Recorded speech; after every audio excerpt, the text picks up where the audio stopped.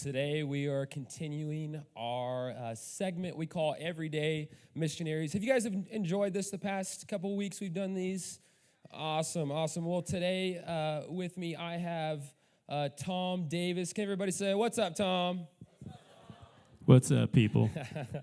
Well, Tom and his wife, Kat, have 4 kids, Summer, Zach, Calvin, and Cara. And today they're going to be talking with us about ways that they intentionally disciple their family. We love the Davis family. They've been in our Grow group. We've known them for quite a few years as well, and so excited that he's going to be sharing with us this morning. But Tom, man, thanks for taking some time and sharing with us. Man, just tell us, what are some ways that you and Kat intentionally disciple your family? So this is a pretty intimidating topic, right? Because if I succeed at home, if things are going well at home, they'll go well in other areas of my life. If they're not going well in other areas of my life, that's also going to reflect on my home. And so we try to be intentional in what we do. Sometimes intentional just means we do something. But we're in the Bible daily, regularly. We're praying for each other, and we're gathering prayer requests from our kids in their life, their circles of influence. We're memorizing Scripture. When the kids were younger, we were really on it, and as schedules get a little busier, we're less on it. You know, that's part of parenting too, but worshiping together, and that's something we just do every day. It's part of our daily process. Yeah, that's awesome. I like what you said there, that you do something, and then you kind of, depending on schedules, like that's kind of determines, man, what are we going to do? But the important thing is you're doing something. And is there what's one thing that has been especially helpful for you guys? So this is kind of a tough thing to answer too, but I think one of the things that we've done well is being flexible and being somewhat creative in the time too. There are like a million resources that you can go to. I mean, if you go to Goodwill, you will normally find about 25 kids' Bibles of different types.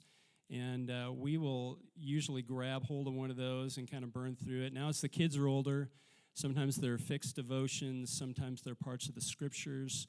Right now we have something that we've kind of plastered up on the wall, and we're walking through just different ideas to fight the good fight of faith.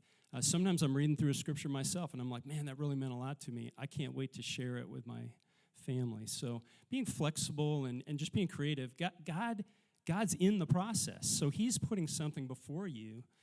Your insight into a passage may be something that you can, most honestly share with your family.